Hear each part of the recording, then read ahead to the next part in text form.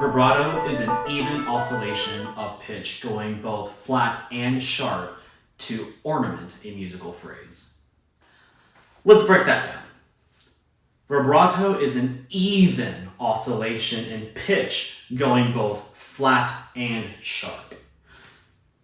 So evenly going down, also evenly going up. Evenness isn't just how flat or how sharp you go, but also the pacing of the vibrato. And then the last part, in order to ornament a musical phrase.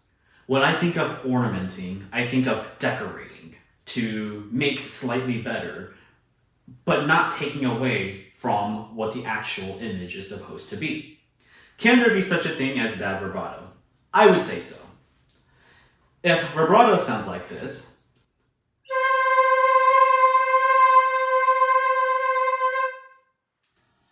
it's not the most pleasant to listen to. If a vibrato like this,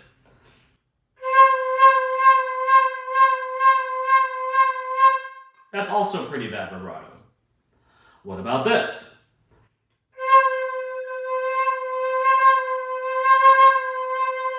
So this is why I say vibrato needs to be an even oscillation of pitch, going both flat and sharp. As you heard the previous vibratos that I played for you, some of it was uneven. The pacing of it was fast and slow. Some of the waves were a little bit too wide. Some were sharp and barely any flatness. Without that control of pacing your vibrato evenly, you begin to sound as if you're being shaken while playing the flute.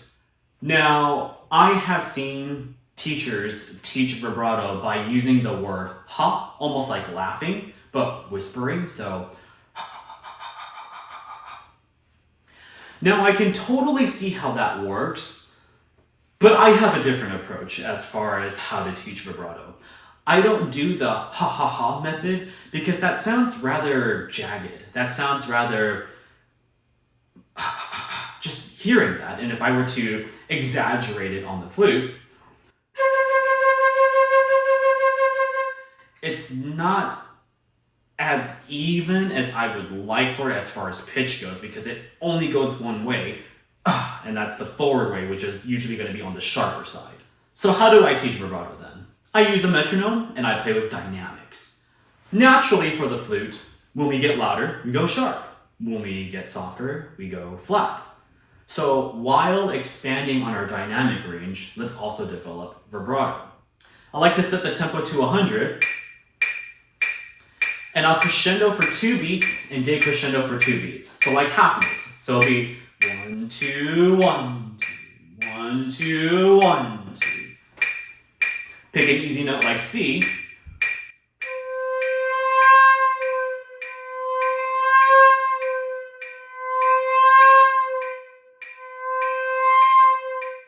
By doing this, you're learning how to evenly oscillate your pitch, rather than a sudden push towards being sharp and then slowly coming down flat. After getting comfortable with this, gradually bring up your tempo.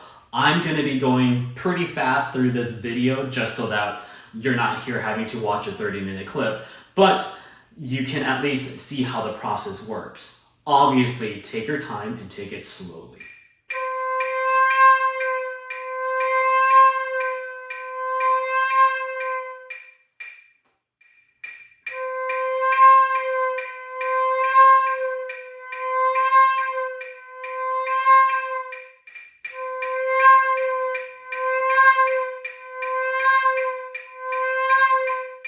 Around here is where I like to stop doing the half note, and I divide 160 by 2, and that becomes 80. So if I'm going to go down to tempo 80, I'm also going to split the time value that I've been doing, which were half notes. So now I will be doing quarter notes. Bow, wow, wow, wow.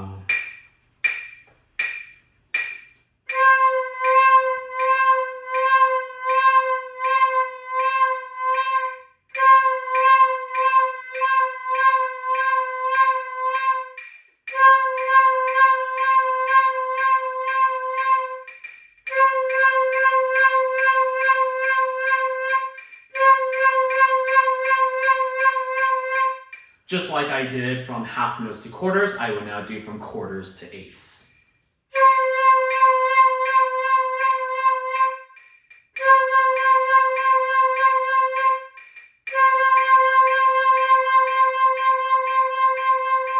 I like to stop around 120 because at this point I think the vibrato is pretty fast enough. This is the general area that I like to vibrato my pacing at. But of course vibrato can be a little slower or a little faster depending on the intensity or context of the music. So just like I did from 160 to 80, because I stopped at 120, I'll go from 120 to 60.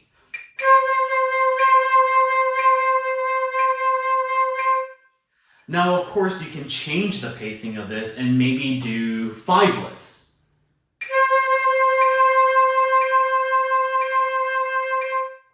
Then, of course, take out the metronome.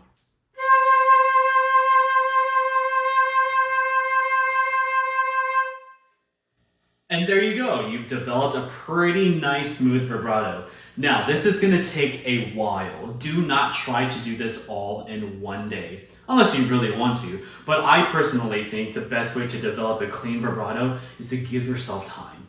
On this day, set this goal tempo. On this day, go faster. On the next day, go a little bit faster, and then keep building up over time.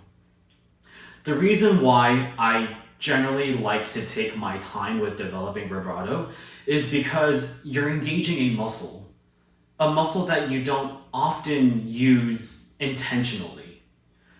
So by developing muscles, just like in any muscle of the body, it takes time to grow and develop.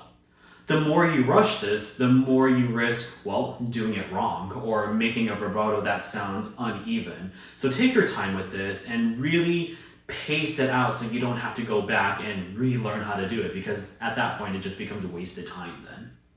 By the time I hit 16th notes at 60, I like to do it with scales, but only in one octave.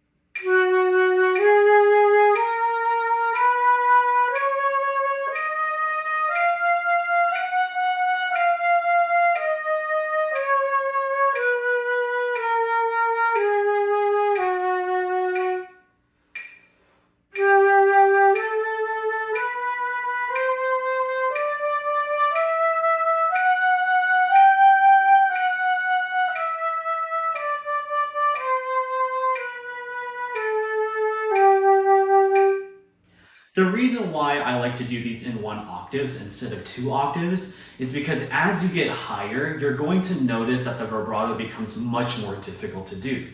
Why is that though?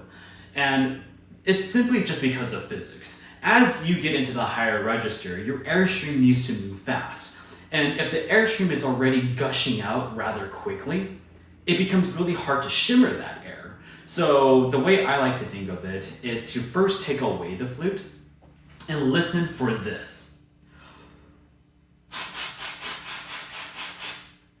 I like to exaggerate the air that much. And yes, use your fingers and put it where you would put the flute and listen for the intensity of that air. Chances are you'll sound like this in the beginning. And it's not as intense. And if you do that and you go in the upper register, the vibrato is not going to be as prevalent as it would be in the mid or low register. Is where you want to be. So if I were to play high register notes,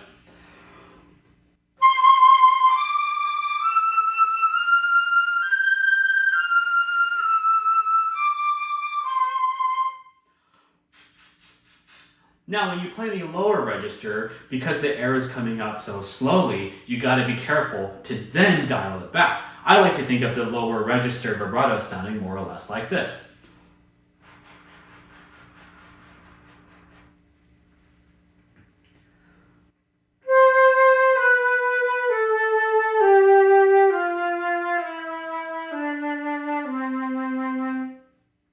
Thank you so much for watching, and I hope this concept helps you develop your vibrato.